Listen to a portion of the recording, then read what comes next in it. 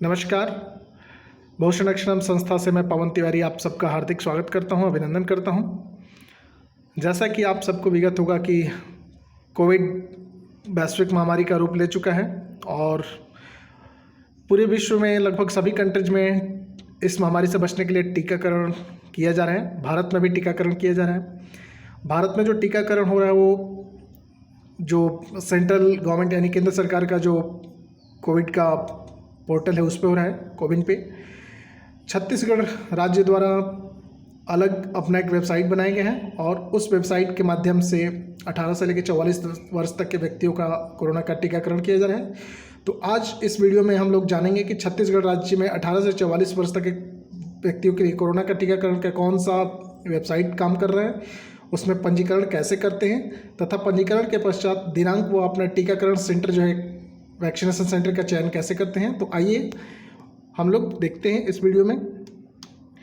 जैसा कि मैंने आपको बताया कि मैं भूषण अक्षरम संस्था से हूँ। भूषण अक्षरम संस्था एक NGO है और इसका रजिस्ट्रेशन नंबर आप देख सकते हैं। यह संस्था नीति आयोग में भी रजिस्टर्ड है, छत्तीसगढ़ शासन द्वारा रजिस्टर्ड है और यह संस्था भारत सरकार के इनकम टैक्स में भी रजिस्टर्ड है और इसका एड्रेस आप बिलो मेंशन जो है उसमें देख सकते हैं नीचे। तो जो छत्तीसगढ़ में पंजीकरण हो रहा है टीका के लिए, उस वेबसाइट का लिंक नीचे लिखा हुआ है, मैं बोल के भी देता हूँ, cgteeka.cgteeka.gov.in। तो आइए अब हम लोग इस वेबसाइट पे चलते हैं और देखते हैं कि इस वेबसाइट पे टीकाकरण का पंजीकरण कैसे करना है। तो जैसा कि आप देख रहे हैं कि मैंने ये डाला cgteeka.cgteeka.gov.in। जब ये पेज करेंगे तो आपको एक सामने ये पेज खुलेगा जिसमें माननीय मुख्यमंत्री और माननीय श्री स्वास्थ्य मंत्री TS सिंहदेव जी का फोटो दिखेगा। इसके बगल में जस्ट जो TS सिंहदेव जी का फोटो है उसके ऊपर आप देखेंगे तो पंजीकरण करें। जैसे ही इस पंजीकरण बटन पे आप क्लिक करेंगे तो लिखा आएगा कि इसमें 18 से 44 वर्ष की आयु के लोगों का टीकाकरण सरकारी टीकाकरण केंद्रों पर उपलब्ध कराए गए स्लॉट पर आधारित है। तो मैं आप सबसे आग्रह करूंगा कि जो भी व्यक्ति एंड्रॉयड मोबाइल जिनके पास भी है या जिनके पास भी कंप्यूटर और इंटरनेट की सुविधा है वो इस माध्यम से अपना पंजीकरण जरूर कराएं और टीका जरूर लें। किसी तरह के अफवाह के, किसी तरह के गलत सूचना के चक्कर में ना पड़ें कि टीका लगवाने के बाद भी लोग मर रहे हैं, टीका लगाने से क्या फ़ायदा जो कोरोना हो ही जा रहा है, और कोई ये गारंटी देगा क्या कि टीका लगवाने के बाद हमें कोरोना नहीं होगा। तो इस बातों पे बिल्कुल ही ना जाएं। टीका लगवाने से क्या है कि कोरोना होने के चांसेज आपके कम हो जाएंगे। जैसा कि बहुत सारे रिसर्च में देखा गया है कि टीका लगवाने के बाद, चाहे प्रथम डोज हो या द्वितीय डोज हो, टीका लगवाने के बाद कोरोना होने के चांसेस 10,000 में से सिर्फ 3 या 4 लोगों को है। तो आप इस तरह के अफवाहों में ना जाएं कि टीका लगवाने के बाद भी कोरोना हो रहा है तो हम टीका क्यों लगवाएं। आप अपने राज्य में जहाँ भी हो वहाँ पे जो सेंट्रल गवर्नमेंट केंद्र सरकार द्वारा जो चल रहा है उसके माध्यम से टीकाकरण कराएं, या छत्तीसगढ़ में है तो आपको cgteeka.cgteeka.gov.in पे रजिस्ट्रेशन करना है और रजिस्ट्रेशन करने के बाद अपने नियरेस्ट जो टीकाकरण केंद्र है वहाँ पे जाना है और वहाँ पे जाके आपको टीका लेना है, यानी कोरोना का वैक्सीन लेना है। तो आइए हम लोग अब देखते हैं कि ये पंजीकरण कैसे करना है। जैसे ही मैंने आपको बोला कि पंजीकरण पे आप क्लिक करेंगे तो इसके बाद ये वेब पोर्टल खुलेगा, एक पॉपअप खुलेगा। अब इसमें आपको जिला चूज करना है। यहाँ पे आप देख सकते हैं कि जिला देखना है। तो जिला में सपोज दैट मैं रायपुर यदि लेना चाहता हूँ, रायपुर, तो रायपुर ले लिया मैंने, रायपुर। अब रायपुर में भी हमें ग्रामीण में मैं रहता हूँ या शहरी में रहता हूँ, तो सपोज दैट मैं ग्रामीण में रहता हूँ तो यहाँ ग्रामीण सेलेक्ट करूँगा।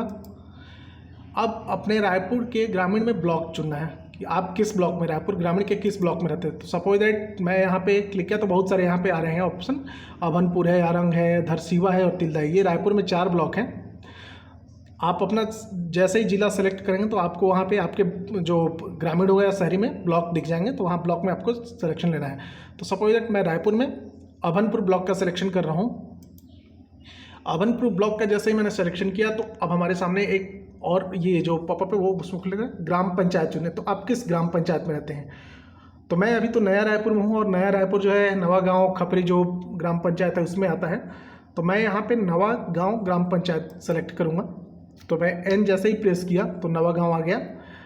यदि आप नवा गाँव या किसी और ही गाँव में रहते हैं तो वहाँ पे आप अपने गाँव का सेलेक्ट करिए।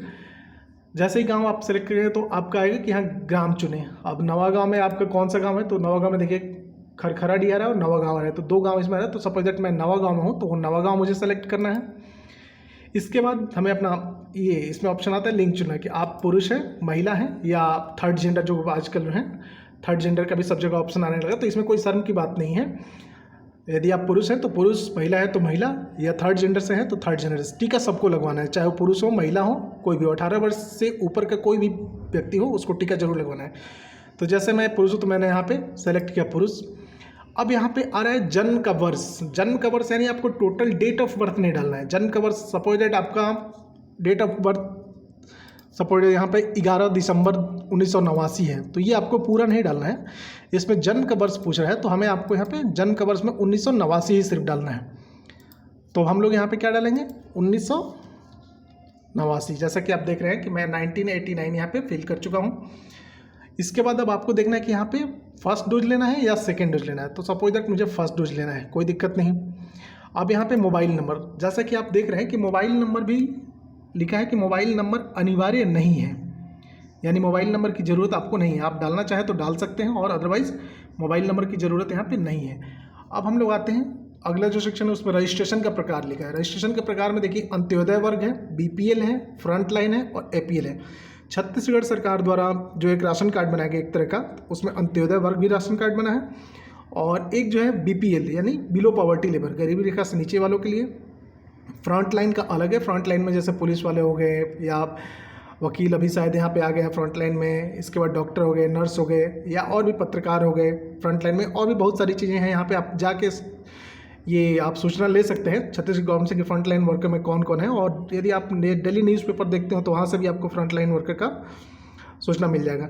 तो सपोज दैट मैं फ्रंट लाइन वर्कर में नहीं हूँ, मैं अंत्योदय वर्ग में भी नहीं हूँ, BPL में भी नहीं हूँ, मैं अब किस में आऊँगा तो APL में आऊँगा, एवं पॉवर्टी लाइन यानी गरीबी रेखा से मेरी ऊपर जीवन यापन है, तो मैं APL में सेलेक्ट किया।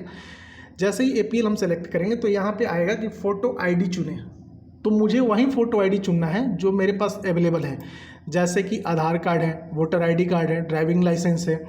तो सपोज दैट मेरे पास आधार कार्ड है, आधार कार्ड सेलेक्ट किया मैंने। आधार कार्ड नंबर आपको नहीं डालना है, आधार कार्ड सेलेक्ट करना है, लेकिन यही आधार कार्ड आपको वैक्सीनेशन सेंटर पर भी ले जाना है। तो आप जैसा कि आप देख भी पा रहे होंगे कि आपकी फ़ोटो ID आपके टीकाकरण के समय सत्यापित की जाएगी। यहाँ पे लिखा हुआ आ रहा है कि आपकी फ़ोटो ID यहाँ पे आपके टीकाकरण के समय सत्यापित की जाएगी, यानी आप यहाँ पे आधार कार्ड डालो तो आपको वैक्सीनेशन सेंटर पे आधार कार्ड ही ले जाना पड़ेगा। इसके बाद नीचे ये कैप्चा है, तो ये कैप्चा हमें 0039 करके यहाँ पे हमें करना है, दर्ज करना है। जैसे कि मैंने आपको अभी यहाँ पे एक छोड़ दिया था नाम, अंग्रेजी में नाम, जैसे मान लीजिए मेरा नाम है राकेश कुमार, RAKESHKUMAR, राकेश कुमार मैंने लिख दिया। और यहाँ पे दर्ज करो पे हम जैसे ही क्लिक करेंगे तो यहाँ पे अब आप देख सकते हैं कि राकेश कुमार के नाम से एक पंजीकरण हो गया है, और जो पंजीकरण नंबर है V3870133926 पंजीकरण हो गया राकेश कुमार का। और यहाँ पे अब यहाँ पे क्लिक करें पर्ची, आप जैसे ही पर्ची पे क्लिक करेंगे, आपसे मैं एक और आग्रह करना चाहूँगा कि ये पंजीकरण नंबर जो है आप पेन से कॉपी पे या मोबाइल में इसका फ़ोटो ले लें या इसको संभाल करके। तो चलिए ये पंजीकरण नंबर मैं यहाँ पे संभाल के रखता हूँ, कॉपी किया इसको और ये वर्ड फाइल में मैं ले जाके इसको पेस्ट कर दिया।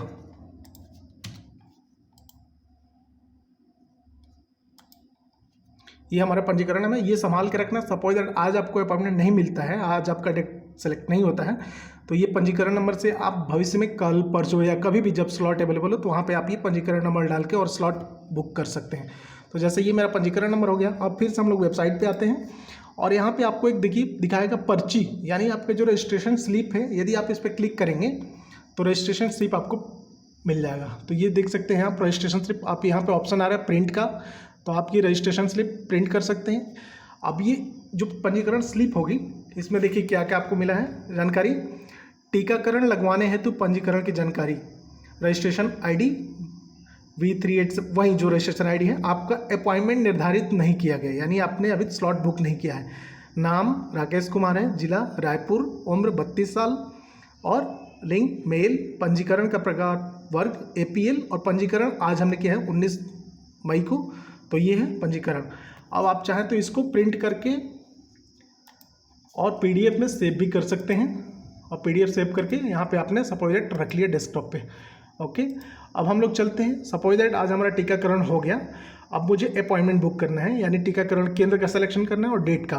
तो हम लोग जस्ट यहाँ से थोड़ा बैक जाएंगे, और बैक जैसे ही आएंगे तो ये आपका ऑप्शन वहीं पे आ जाएंगे। तो अब इसमें आपको क्लिक करना है आगे जाए, यानी फॉरवर्ड, गो फॉरवर्ड।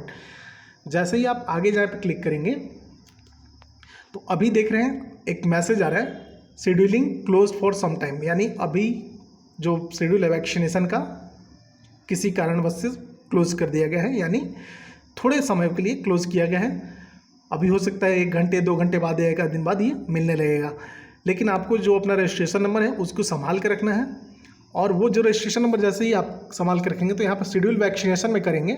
जैसे मान लीजिए शेड्यूल वैक्सीनेशन करना है हमें, तो शेड्यूल वैक्सीनेशन पे क्लिक करेंगे। पहले हम लोगों ने पंजीकरण पे क्लिक किया था, लेकिन अभी हमें करना है शेड्यूल वैक्सीनेशन पे, यानी हमें केंद्र का और डेट का निर्धारण करना है। तो शेड्यूल वैक्सीनेशन पे क्लिक करेंगे तो आपको 3 ऑप्शन आएगा कि पंजीकरण क्रमांक व पंजीकरण डेटा के आधार पर सर्च करें और अपना डेटा देखें। सपोज दैट आपके पास वो पंजीकरण मतलब जो रजिस्ट्रेशन नंबर था वो है पंजीकरण क्रमांक, तो ये आप देख सकते हैं पंजीकरण क्रमांक जो हमने कॉपी पेस्ट किया था, अब यहाँ पे हमें वो पेस्ट कर रहे हैं। पेस्ट किया और सबमिट किया तो राकेश कुमार वहीं आ गया। और फिर इसके बाद हम आगे जाएंगे तो ये अभी भी ऑप्शन वहीं आ रहा है कि scheduling closed for some time. लेकिन यदि सपोज दैट अवेलेबल हो गया तो आप यहाँ से ऐसे ही बुक कर सकते हैं। और आगे आप दूसरा वीडियो जब ये सर्वर काम करने लगेगा तो मैं दूसरा वीडियो भी बनाऊंगा। सपोज दैट आपने पंजीकरण का सिलेक्शन उस समय किया और पंजीकरण हो गया, लेकिन आपके पास वो सेव नहीं हो पाया, तो आप ये चूज कर सकते हैं कि पंजीकरण डेटा के आधार पे सर्च। आपका नाम हम लोगों ने क्या डाला था, राकेश कुमार, RAKESHKUMAR। जिला हमने कौन सा डाला था, जिला हमने डाला था रायपुर का डाला था। क्या डाला था हमने, ग्रामीण। ब्लॉक हमने कौन सा डाला था, अभनपुर। हमने क्या डाला, डेट ऑफ बर्थ ईयर, तो डेट ऑफ बर्थ ईयर आपका जो है वहाँ पे 1989 हम लोगों ने डाला था, 1989 जैसे ही सेलेक्ट करेंगे और सबमिट करेंगे तो आपको यहाँ पे राकेश कुमार के नाम से दिख जाएगा कि आपका राकेश कुमार मेल 32 रायपुर रूरल। तो आप ये सेलेक्ट करेंगे तो आपको दिख जाएगा कि आपका पंजीकरण नंबर वही है। तो ये रजिस्ट्रेशन का था। अभी शेड्यूल वैक्सीनेशन जो है वो प्रोसेस थोड़ा सा किसी कारणवश से नहीं हो पा रहा है, तो जैसे ही शेड्यूल वैक्सीनेशन का पोर्टल ओपन होता है तो मैं वो भी आपको बताऊंगा। और आपसे फिर आग्रह करता हूं कि किसी भी तरीके के संकोच में न पड़िए कि वैक्सीन लगवाने के बाद कोरोना हो रहा है, वैक्सीन लगवाने के बाद भी लोग मर रहे हैं। देखिए, दुनिया में जितनी भी बीमारियाँ हुई हैं, अभी आप फिलहाल में देख ले तो 2 बूंद जो पोलियो ड्रॉप के थे वो भी एक वैक्सीन ही था, वो ओरल वैक्सीन था। तो 2 बूंद से यदि पोलियो इतनी बड़ी भयंकर जो सैकड़ों सालों से चली आ रही थी उसको हम लोग यदि मार सकते हैं, उसको ख़त्म कर सकते हैं, तो ये कोरोना तो अभी 1-2 साल से ही है और इतना जल्दी वैक्सीन भी पूरे वर्ल्ड में तैयार हो गया है, तो इसको तो हम लोग ख़त्म कर ही देंगे। तो मैं आप सबसे फिर आग्रह करना चाहता हूँ कि आप लोग वैक्सीनेशन के बारे में कोई कन्फ्यूजन ना रखें, किसी भी तरह के गलत सूचना पर ध्यान न दें, किसी भी प्रकार के अन्य सूचनाओं पर ध्यान न दें कि वैक्सीनेशन लगवाने से ही मर रहे हैं, ख़राब हो रहा है। ऐसा कुछ बहुत सारे लोगों का है कि वैक्सीनेशन लगवाने के बाद रिप्रोडक्टिव सिस्टम पे फ़र्क पड़ेगा या फिर अन्य तरह की कई बीमारियां हो सकती हैं। तो ऐसा कुछ भी नहीं है कि कोरोना वायरस डाला जा रहा है हमारे शरीर में, ऐसा कुछ भी नहीं है। ये वैक्सीन वर्ल्ड हेल्थ ऑर्गेनाइजेशन यानी WHO जैसी संस्था ने प्रमाणित किया है। और जो हमारे देश के साइंटिस्ट हैं उनके ऊपर तो विश्वास करिए, जो वर्ल्ड में जो साइंटिस्ट हैं जो इतने पढ़े लिखे इतना रिसर्च करके इस वैक्सीनेशन को बनाया है, तो उनके ऊपर विश्वास करिए। और विश्वास करना इसलिए भी है कि वैक्सीनेशन जो होता है एक फेज में, सिंगल फेज में नहीं बन जाता है, सिंगल ट्रायल के बाद नहीं होता है। वैक्सीनेशन के बाद 4 फेज में इसका ट्रायल होता है। पहले pre human, first phase, second phase, third phase. Pre human में क्या होता है कि हम लोग जानवरों पे, जैसे चूहा हो गया या बंदर हो गया, जिनका जीनोम या जिनका मतलब क्वालिटी मनुष्य से मिलती है, उसके ऊपर ट्रायल करते हैं। दूसरे फेज में ये प्री उसमें, और इसके बाद ह्यूमन पे क्या करते हैं कि ह्यूमन पे कुछ लोगों को, फर्स्ट फेज में कुछ लोगों पे ट्रायल करते हैं, सेकेंड फेज में क्या होता है कुछ सैकड़ों लोगों पे ट्रायल करते हैं, और थर्ड फेज में क्या करते हैं कि कुछ 1000 लोगों पे ट्रायल करते हैं। जबकि सेकेंड फेज में भी क्या होता है कि सेकेंड फेज में हम लोग बहुत सारे टाइप्स की बीमारी से जो लोग जूझ रहे हैं उनके ऊपर भी ट्रायल करते हैं। जैसे किसी को यदि सपोज दैट अन्य तरह की बीमारी, कैंसर हो या फिर डायबिटिक हो, बीपी का पेशेंट हो या अन्य कोई भी प्रकार की बीमारी हो, तो उन सब लोगों पे ट्रायल करके ये वैक्सीन सेकेंड फेज में ही फॉरवर्ड कर दिया, आगे बढ़ा दिया जाता है। बहुत सारी कंपनियां तो फर्स्ट फेज में ही और प्री ह्यूमन पे ही फेल हो जाती है, लेकिन ये जो दोनों कोविशील्ड हो गया, कोवैक्सीन हो गया, स्पुतनिक जो आ रहा है इंडिया में, तो ये तीनों बहुत ही वैज्ञानिक तरीके से, पूर्ण और वैज्ञानिक तरीके से अनुसंधान की हुई ये वैक्सीन है। इस पर किसी भी तरीके का हमें सवाल नहीं उठाना चाहिए और सभी लोगों को आगे आके वैक्सीन लगवाना चाहिए। और वैक्सीन लगवाने के बाद ऐसा क्वेश्चन नहीं होना चाहिए कि यदि लाखों में से एक आध लोग किसी अन्य भी कारण से मर जाते हैं वैक्सीन लगवाने के 2 घंटे 4 घंटे 1-2 दिन बाद, तो लोग हल्ला मचा देते कि वैक्सीन लगा और मर गए। तो ऐसा नहीं है।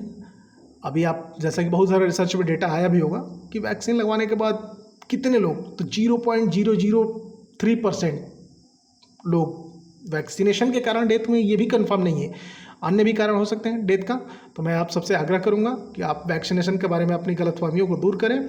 और मैं खुद भी वैक्सीन लगवा चुका हूं और मैं स्वस्थ हूं। मुझे वैक्सीन लगाए करीब आज 24 घंटे हो गए और मैं स्वस्थ हूं और आप सबसे आग्रह करना चाहता हूं कि वैक्सीन जरूर लगवाएं।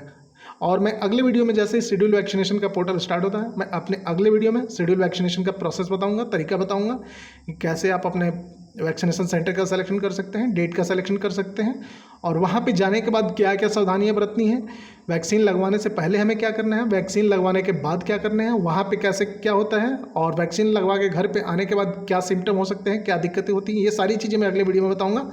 तब तक के लिए धन्यवाद। और आप सबसे आग्रह है कि उस अगले वीडियो को आप ज़रूर देखिए।